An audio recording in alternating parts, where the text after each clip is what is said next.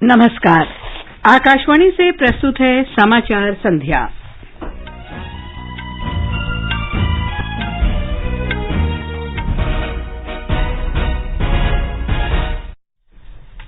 प्रधानमंत्री नरेंद्र मोदी ने नई दिल्ली में उद्यमी भारत कार्यक्रम के अंतर्गत कई योजनाओं और कार्यक्रमों का शुभारंभ किया। राष्ट्रीय एमएसएमई पुरस्कार प्रदान किए। शिवसेना के बागी नेता एकनाथ शिंदे ने महाराष्ट्र के नए मुख्यमंत्री के रूप में शपथ ली। भाजपा नेता देवेंद्र फडणवीस ने उप मुख्यमंत्री के रूप में शपथ ली। वित्त मंत्री निर्मला सीतारामन ने नई दिल्ली में बिजनेस रिफॉर्म एक्शन प्लान 2020 जारी किया। इससे प्रत्येक राज्य और केंद्र शासित प्रदेश में बेहतर कारोबारी माहौल के लिए एक दूसरे राज्य की सर्वोत्तम प्रथाओं से सीखने की संस्कृति को बढ़ावा मिलेगा। रक्षा मंत्री राजनाथ सिंह ने पूर्व सैनिक अंशदायी स्वास्थ्य योजना के लिए दवाओं और अन्य सामग्री की खरीद के लिए बढ़ी हुई मौद्रिक सीमा को मंजूरी दी। सरकार ने भारतीय स्टेट बैंक को कल से चुनावी बॉन्ड जारी करने और भुनाने के लिए अधिकृत किया।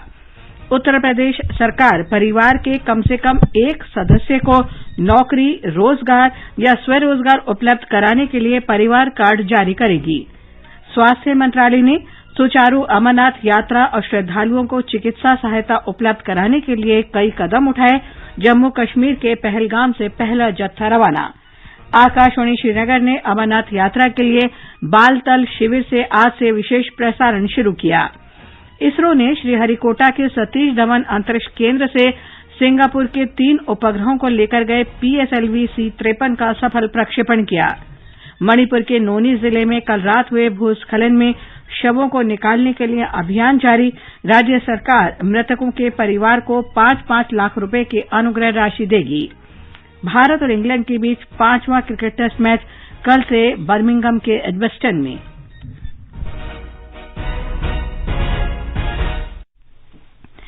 समाचार संध्या में चंद्रिका जोशी के साथ मैं लवली निगम।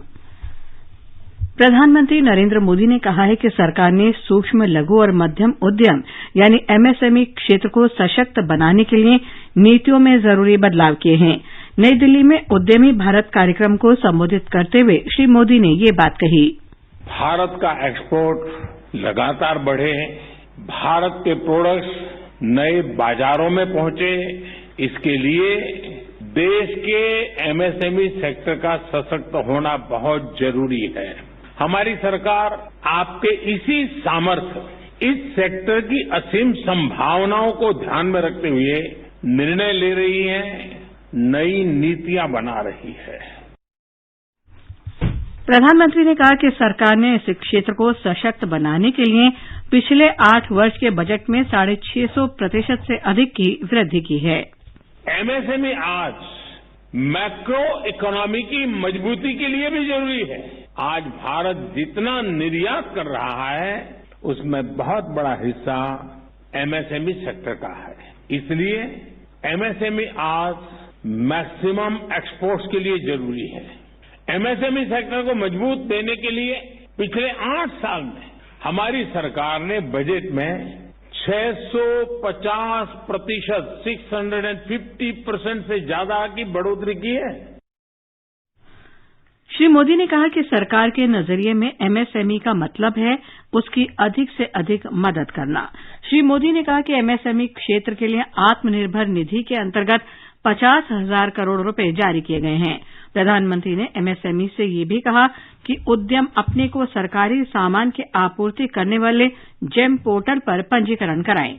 एमएसएमई की नई परिभाषा के अंतर्गत प्रायोरिटी सेक्टर लैंडिंग के तहत लोन का लाभ ले रहे हैं। मैन्युफैक्चरिंग और सर्विस सेक्टर के बीच के अंतर को भी दूर किया गया है। आज जेम के माध्यम से सरकार को सामान और सेवाएं मुहैया कराने के लिए एमएसएमई को बहुत बड़ा प्लेटफॉर्म मिल चुका है। और मैं सभी आप साथियों से और आपके माध्यम से आपके एसोसिएशन को एमएसएमई सेक्टर में हो, आप जेम पोर्टल में रजिस्ट्री करवा ही दीजिए। श्री मोदी ने कहा कि सरकार ने 200 करोड़ रुपए तक का ठेका वैश्विक कंपनी को न देने का फैसला किया है। ये ठेके एमएसएमई क्षेत्र के लिए आरक्षित होंगे। श्री मोदी ने बताया कि आपातकालीन ऋण सुविधा गारंटी योजना के तहत एमएसएमई के लिए 3.5 लाख करोड़ रुपए सुनिश्चित किए गए। श्री मोदी ने rising and accelerating MSME performance ramp योजना, पहली बार एमएसएमई निर्यातकों की क्षमता निर्माण योजना और प्रधानमंत्री रोजगार सृजन कार्यक्रम की नई विशेषताओं का शुभारंभ किया। उन्होंने कहा कि इससे एमएसएमई क्षेत्र को नई गति मिलेगी। आज अनेक नई योजनाएं लॉन्च की गई है। हजारों करोड़ रुपए की ये योजनाएं एमएसएमई की क्वालिटी और प्रमोशन से जुड़ी है। एमएसएमई इकोसिस्टम को और सशक्त करने के लिए लगभग 6,000 करोड़ रुपए की रैम्प स्कीम हो, फर्स्ट टाइम एक्सपोर्टर्स को प्रोत्साहन देने का कार्यक्रम हो और प्रधानमंत्री रोजगार सृजन प्रोग्राम के दायरे को बढ़ाने का निर्णय हो। सरकार के इन महत्वपूर्ण प्रयासों से भारत के एमएसएमई सेक्टर को और गति मिलने वाली है। प्रधानमंत्री ने वर्ष 2022-23 के लिए प्रधानमंत्री रोजगार सृजन कार्यक्रम के लाभार्थियों को डिजिटल रूप से सहायता हस्तांतरित की। श्री मोदी ने एमएसएमई आइडिया हैकेथॉन 2022 के परिणामों की भी घोषणा की और राष्ट्रीय एमएसएमई पुरस्कार वितरित किए। उन्होंने आत्मनिर्भर भारत कोष में 75 एमएसएमई को डिजिटल इक्विटी सर्टिफिकेट भी जारी किए। शिवसेना के बागी नेता एकनाथ शिंदे ने आज महाराष्ट्र के नए मुख्यमंत्री के रूप में शपथ ग्रहण कर ली है। राज्यपाल भगत सिंह कोश्यारी ने उन्हें पद की शपथ दिलाई। वे राज्य के 20वें मुख्यमंत्री बने हैं। भाजपा नेता देवेंद्र फडणवीस को उप मुख्यमंत्री पद की शपथ दिलाई गई है। इससे पहले देवेंद्र फडणवीस ने आज राजभवन में राज्यपाल भगत सिंह कोश्यारी से मुलाकात कर राज्य में नई सरकार बनाने का दावा पेश किया। श्री शिंदे ने कहा कि उन्होंने राज्य के विकास के लिए भाजपा से हाथ मिलाया है। उन्होंने कहा कि इस समय भाजपा को 120 विधायकों का समर्थन हासिल है, जिनमें कुछ निर्दलीय हैं। श्री शिंदे ने कहा कि श्री फडणवीस भी मुख्यमंत्री बन सकते थे, लेकिन उन्होंने ऐसा नहीं किया ताकि बाला साहब ठाकरे का शिव सैनिक ही मुख्यमंत्री बन सके। श्री शिंदे ने उन्हें अवसर देने के लिए प्रधानमंत्री नरेंद्र मोदी, गृहमंत्री अमित शाह और श्री फडणवीस को धन्यवाद दिया। श्री शिंदे ने दावा किया कि उन्हें 50 विधायकों का समर्थन हासिल है, उनमें से 39 शिवसेना से और 10 निर्दलीय हैं। गृहमंत्री अमित शाह ने कहा है कि देवेंद्र फडणवीस ने पार्टी अध्यक्ष जेपी नड्डा के आग्रह पर महाराष्ट्र सरकार में शामिल होने का फैसला किया। श्री अमित शाह ने बताया कि श्री फडणवीस का ये फैसला महाराष्ट्र के लोगों के प्रति उनकी सेवा भावना को दर्शाता है। इस बीच श्री नड्डा ने कहा है कि भाजपा ने महाराष्ट्र के लोगों की बेहतरी के लिए बड़ा दिल दिखाते हुए शिवसेना के बागी नेता एकनाथ शिंदे को समर्थन देने का फैसला किया है। भारतीय जनता पार्टी की केंद्रीय टीम ने इस बात को तय किया है कि देवेंद्र जी को सरकार में आना चाहिए और सरकार में पदभार संभालना चाहिए, और इसलिए देवेंद्र जी से व्यक्तिगत रूप में भी आग्रह किया है और केंद्र ने इस बात को निर्देशित किया है कि देवेंद्र जी उप मुख्यमंत्री के रूप में, डिप्टी चीफ मिनिस्टर के रूप में कार्यभार संभालें। श्री नड्डा ने कहा कि भारतीय जनता पार्टी ने एक बार फिर साबित किया है कि उसका लक्ष्य पद हासिल करना नहीं, बल्कि देश और राज्य के लोगों की सेवा करना है। वित्त मंत्री निर्मला सीतारामन ने आज नई दिल्ली में business reform action plan BRAP 2020 जारी किया। इससे प्रत्येक राज्य और केंद्र शासित प्रदेश में बेहतर कारोबारी माहौल के लिए एक दूसरे राज्य की सर्वोत्तम प्रथाओं से सीखने की संस्कृति को बढ़ावा मिलेगा। इसमें व्यापार सुधार कार्य योजना के कार्यान्वयन के आधार पर शीर्ष उपलब्धि वाले 7 राज्यों की पहचान की गई है। ये राज्य हैं आंध्र प्रदेश, गुजरात, हरियाणा, कर्नाटक, पंजाब, तेलंगाना और तमिलनाडु। रिपोर्ट के अनुसार लक्ष्य प्राप्त करने वाले राज्यों की श्रेणी में हिमाचल प्रदेश, मध्य प्रदेश, महाराष्ट्र, ओडिशा, उत्तराखंड, उत्तर प्रदेश को रखा गया है, जबकि असम, छत्तीसगढ़, गोवा, झारखंड, केरल, राजस्थान और पश्चिम बंगाल को आकांक्षी राज्यों की श्रेणी में रखा गया है। सुश्री सीतारामन ने कहा कि 1991 के बाद से सुधारों की प्रकृति में बदलाव आया है। उन्होंने जोर देकर कहा कि सरकार राज्यों और केंद्र शासित प्रदेशों में उत्तरदायी सुधारों को लागू करने का प्रयास कर रही है। वाणिज्य और उद्योग मंत्री पीयूष गोयल ने कहा कि कारोबारी सुगमता से अब पूरे देश में प्रतिस्पर्धी और सहयोगी संघवाद की भावना से देखा जा रहा है।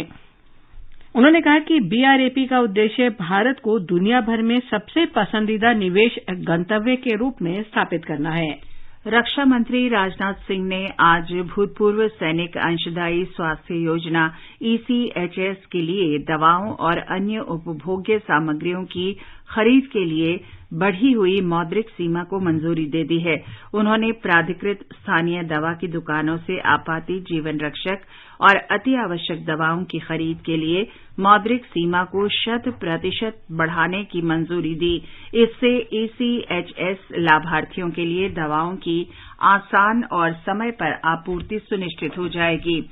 इस बीच रक्षा मंत्रालय ने अपने पेंशन भोगियों से अनुरोध किया है कि वे अपनी वार्षिक पहचान का काम तुरंत पूरा करें। मासिक पेंशन के निरंतर और समय पर भुगतान के लिए वार्षिक पहचान या जीवन प्रमाणन की प्रक्रिया एक वैधानिक आवश्यकता है।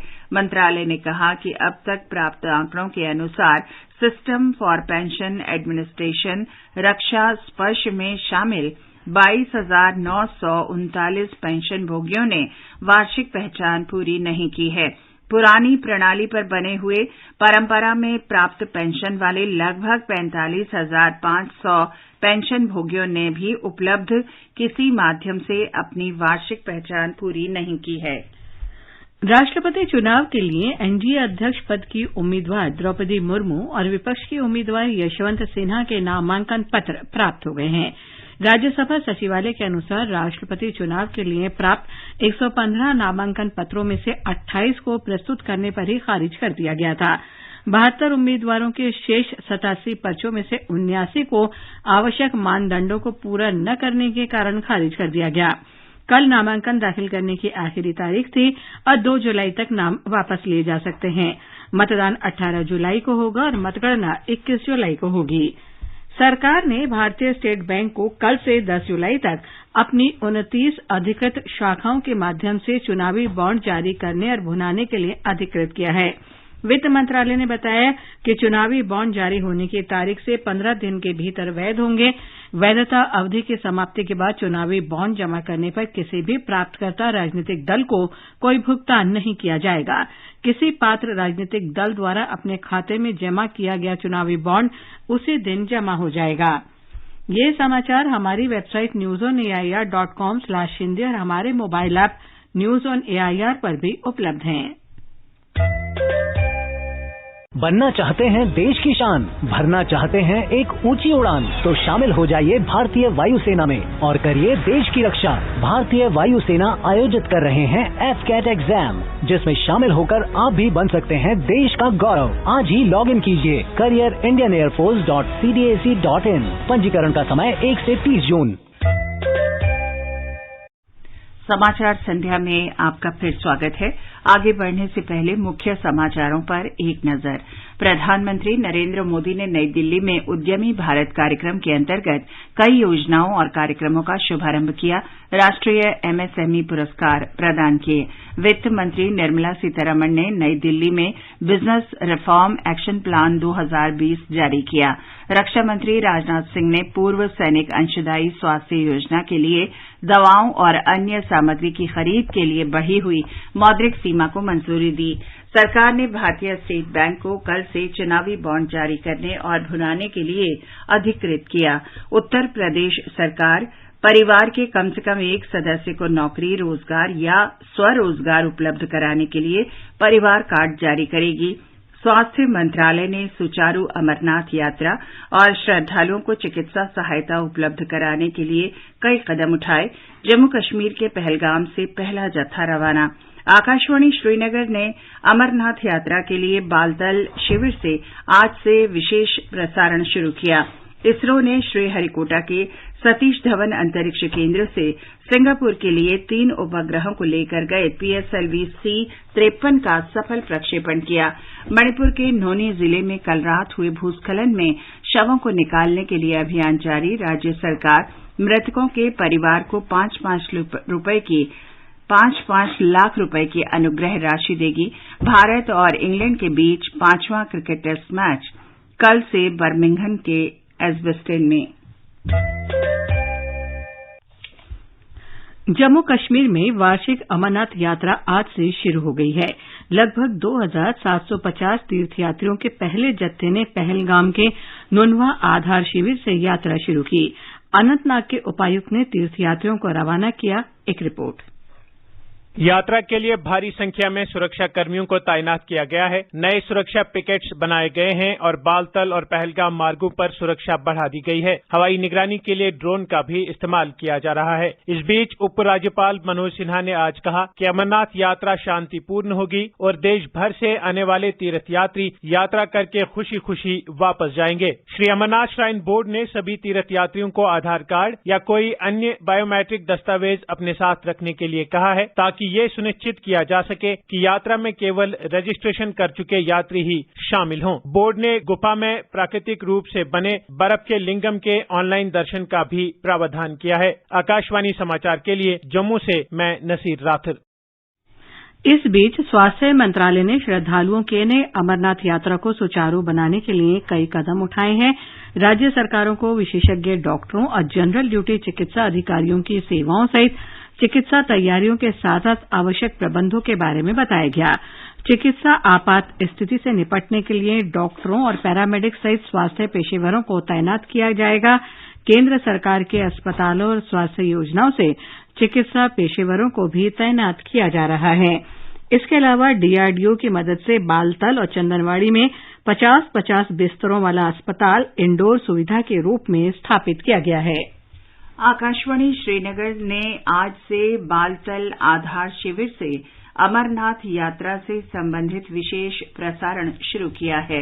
आकाशवाणी ने बालतल में एक एफएम ट्रांसमिशन सुविधा और स्टूडियो की स्थापना की है, जहां से यात्रा के लिए प्रतिदिन सवेरे 7 बजे से रात 10 बजे तक 16 घंटे के लिए विशेष प्रसारण किया जाएगा।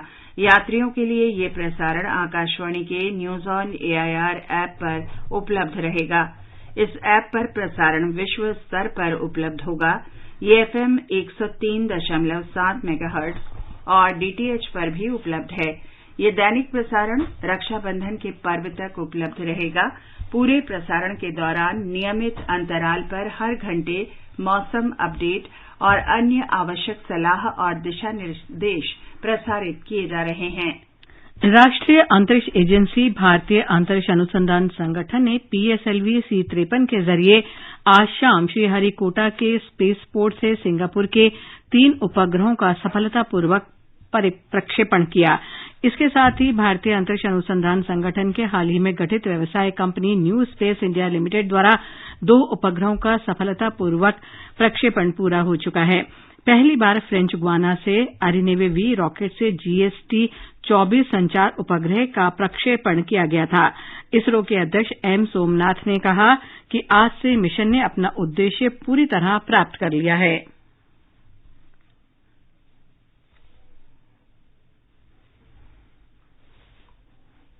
उत्तर प्रदेश में बेरोजगारी दूर करने के लिए सरकार प्रत्येक परिवार को परिवार कार्ड जारी करेगी। मुख्यमंत्री योगी आदित्यनाथ ने बताया कि इस कार्ड की मदद से उन परिवारों की पहचान की जा सकेगी जिनका कोई भी सदस्य सरकारी नौकरी में नहीं है या उसके पास कोई रोजगार नहीं है। ऐसे परिवारों के कम से कम एक सदस्य को नौकरी, रोजगार या स्वरोजगार देने का प्रयास किया जाएगा। उन्होंने बताया कि इसके लिए कार्य योजना जल्द ही लाई जाएगी। मणिपुर के मुख्यमंत्री एन बीरेन सिंह ने आज राज्य के नोनी जिले में तुपुल रेल निर्माण शिविर का दौरा किया, जहां कल रात हुए भूस्खलन में कई लोग हताहत हुए और कई लोग दब गए थे। राज्य सरकार ने मृतकों के परिवार को 5-5 लाख रुपए के सहायता की घोषणा की है। घायलों को 50-50 हजार रुपए अनुग्रह राशि देने का निर्णय लिया गया है। ग्रामीणों के अनुसार नोनी क्षेत्र में बीती रात हुए भूस्खलन में प्रादेशिक सेना के 43 जवानों सहित 80 से अधिक लोग दब गए। अब तक 8 शव निकाले जा चुके हैं। 19 लोगों को मलबे से बचाया जा चुका है। भूस्खलन से ईजेड नदी का जल प्रवाह अवरुद्ध होने से आसपास के क्षेत्रों में अचानक बाढ़ की आशंका पैदा हो गई है। हालांकि अब नदी से मलबा निकाल लिया गया है। बचाव दल में मणिपुर पुलिस के जवान, एसआरडीएफ और सेना के जवान काम कर रहे हैं। इस बीच प्रधानमंत्री नरेंद्र मोदी और केंद्रीय गृह मंत्री अमित शाह ने मुख्यमंत्री से फोन पर बात की और राज्य को केंद्र सरकार की हर संभव सहायता का आश्वासन दिया। उत्तराखंड में विभिन्न जिलों में बारिश के कारण हुए भूस्खलन में 5 लोगों की मौत हो गई और 9 घायल हो गए हैं। राज्य के गढ़वाल और कुमाऊं मंडल में बारिश और भूस्खलन के कारण कई राष्ट्रीय राजमार्ग और ग्रामीण संपर्क मार्ग अवरुद्ध हैं। मौसम विभाग ने आज दिल्ली में मानसून के आगमन की घोषणा कर दी। दिल्ली और एनसीआर क्षेत्र में भीषण गर्मी और उमस से राहत मिली है। शहर में पिछले 1 सप्ताह से उमस भरी गर्मी पड़ रही है। वर्षा के कारण कई इलाकों में जल भराव हुआ। मौसम विभाग ने कहा है कि दक्षिण पश्चिम मानसून आज पूरे उत्तर प्रदेश, हिमाचल प्रदेश, जम्मू कश्मीर, राजस्थान के कुछ हिस्सों, दिल्ली, पंजाब और हरियाणा के कुछ हिस्सों में आगे बढ़ रहा है। आजादी का अमृत महोत्सव के अंतर्गत आइए अब सुनते हैं आकाशवाणी की विशेष प्रस्तुति आजादी का सफर। आजादी का अमृत महोत्सव।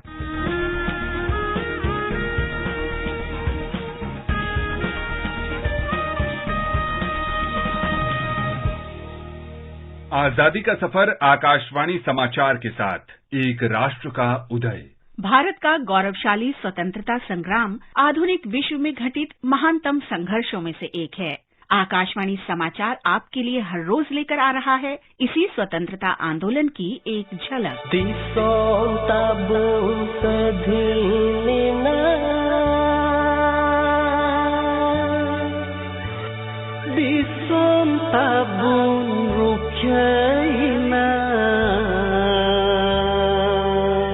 अठारह 1855 में 30 जून को संथाल विद्रोह की शुरुआत हुई। तत्कालीन बंगाल प्रेसिडेंसी के संथाल जनजातीय समुदाय ने ब्रिटिश ईस्ट इंडिया कंपनी और जमींदारी प्रथा के खिलाफ आवाज बुलंद की और बगावत शुरू कर दी। 1857 की क्रांति से 2 वर्ष पहले आरंभ हुआ ये संथाल आंदोलन 10 नवंबर 1855 तक मार्शल लॉ घोषित किए जाने तक जारी रहा।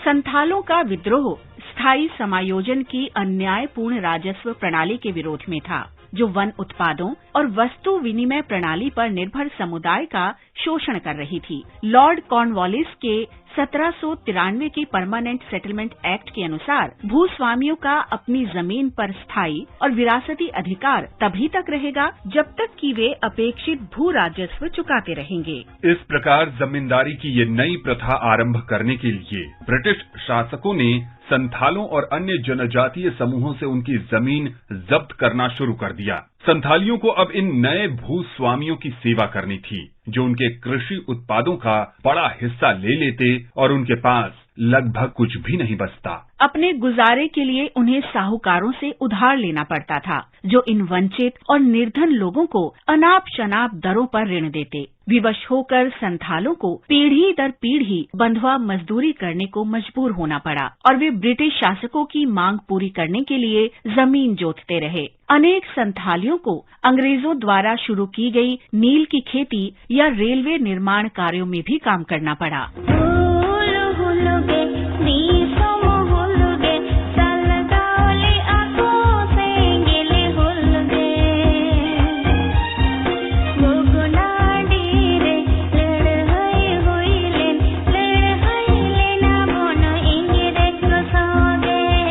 मुर्मू वंश के 4 भाइयों सिद्धू, कान्हू, चांद और भैरव ने अपनी बहनों फूलों और झानों के साथ संथालियों के शोषण के खिलाफ खुले विद्रोह की शुरुआत की। उन्होंने आसपास के इलाकों से हजारों संथालियों को एकत्र किया और घोषित कर दिया कि इस शोषण से आजादी सिर्फ सशस्त्र संघर्ष से ही संभव है। जैसे जैसे विद्रोह सशक्त होता गया, कंपनी प्रशासन संथालियों से निपटने के लिए अधिक से अधिक सैनिक भेजता गया। जवाब में संथालियों ने अपने पारंपरिक हथियारों से डटकर मुकाबला किया। ब्रिटिश शासन ने इस विद्रोह के प्रमुख नेता सिद्धू और कान्हों को पकड़ने के लिए 10,000 रुपए का इनाम घोषित किया।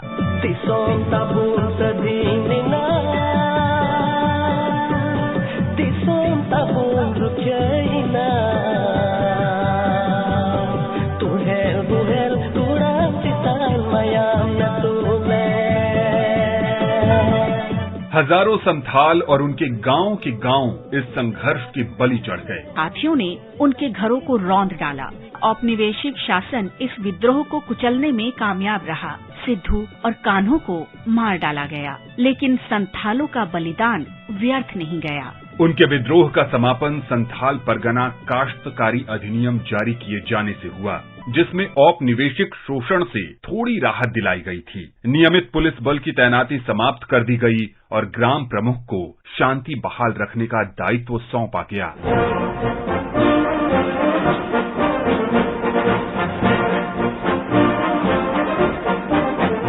आजादी की पहली लड़ाई के दौरान 30 जून 1857 को चिनहट अवध के निकट इस्माइलगंज में ब्रिटिश सेना और भारतीय स्वतंत्रता सेनानियों के बीच चिनहट का युद्ध हुआ था। ब्रिटिश सेना का नेतृत्व अवध के चीफ कमिश्नर हेनरी लॉरेंस कर रहे थे और भारतीय आंदोलनकारियों का नेतृत्व ब्रिटिश सेना के पूर्व अधिकारी बरकत अहमद के हाथों में था। स्वतंत्रता संग्राम के दौरान अंग्रेजों से लड़ाई में भारतीय सेनानियों को मिली कुछ प्रमुख जीत में चिनहट युद्ध भी शामिल था।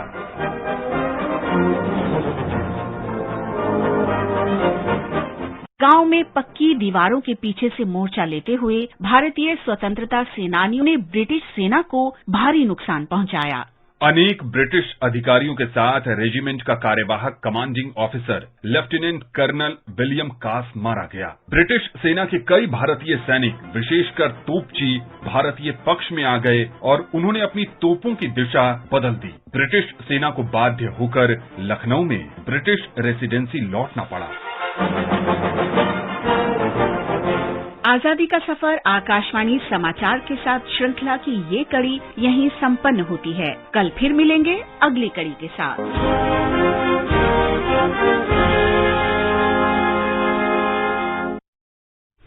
विंबलडन टेनिस में ग्रीस के स्टेफानोस सित्सिपास और ऑस्ट्रेलिया के निक किर्गियोस तीसरे दौर में पहुंच गए हैं। महिला सिंगल्स में स्पेन की पाउला बाडोस, फ्रांस के एलिस कॉर्ने और चेक गणराज्य की पेत्रा क्वितोवा तीसरे दौर में पहुंच गई हैं। कुआलालंपुर में मलेशिया ओपन बैडमिंटन में पीवी सिंधु और एचएस प्रणॉय ने क्वार्टर फाइनल में जगह बना ली है। सिंधु ने थाईलैंड की पितियापोर्न चाइवान को और एचएस प्रणॉय ने चीनी ताइपे के चौ तेनचेन को पराजित किया। भारत और इंग्लैंड के बीच कल से बर्मिंघम में 5वां क्रिकेट टेस्ट मैच खेला जाएगा।